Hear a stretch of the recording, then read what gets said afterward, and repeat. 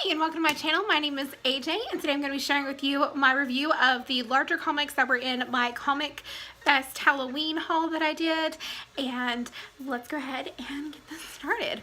So the first one that I read is the Grim Tales of Terror, and this is the Boogeyman. I really did enjoy the artwork of the story. It had a really nice build of a young boy who was having night terrors and was being stalked by what we can only interpret as the Boogeyman. And I always love Eric J's artwork, but unfortunately the storyline just was not very good and it fell flat at the end for me. So I give this a 2 out of 5 stars for this particular comic. Now, the next comic is Malika. I hope I'm pronouncing that correctly.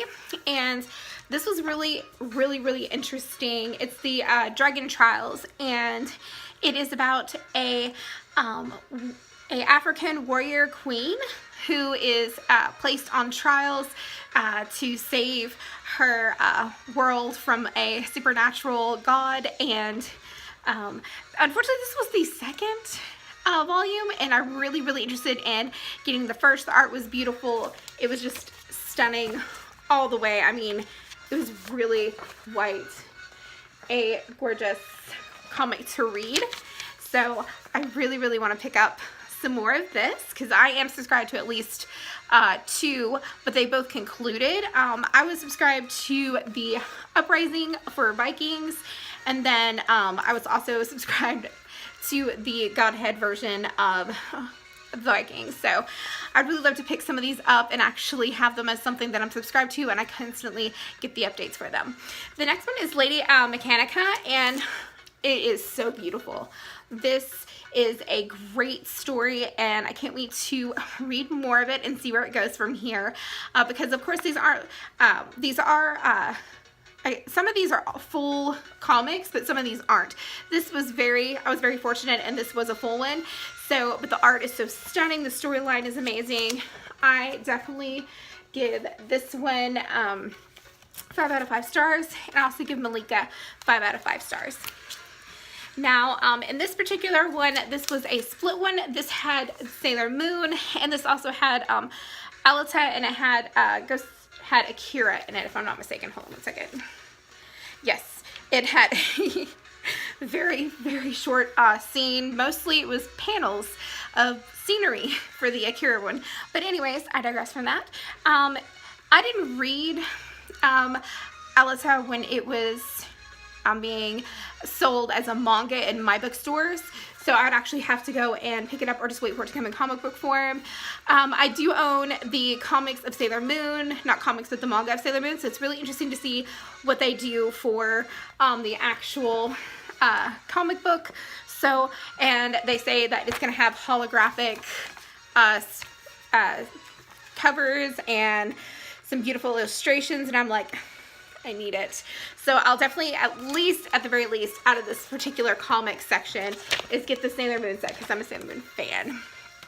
The next one is Brave Chef Brianna, which is this one right here. Her story is the only one that I really enjoyed. I didn't even read Cody and the Peeps. I didn't like it. So, well, the art. I didn't like the art. And the story just wasn't something I was interested in. But I would definitely give Brave Chef Brianna a 5 out of 5 stars. I wish there had been more panels of it because you had the one, and then you had the one about the wolf, which is at the beginning of the story, and I didn't want to read that. It seemed really boring to me, but I did enjoy this. And lastly, we come to the Mortal Instruments comic that I guess they're going to be, no, I'm sorry, it's going in paperback graphic novel that's on the back of the book. But I know they're trying to make it all manga, but and from the different visuals that I have in my head of each of the characters, and also from Shadowhunters, which does influence some of the visuals that I can get in my mind. The art was ugly. I'm sorry. Sorry, not sorry, because you know what? I don't like ugly art. So, and I'm not gonna sit here and tell you that I like ugly art when I don't like it. That's one of the reasons why I like Sailor Moon. I think it is very pretty It's gorgeous. Plus, hello, 90s. 90s manga style for everybody. And I love the different beauty of this, but the Mortal Instruments was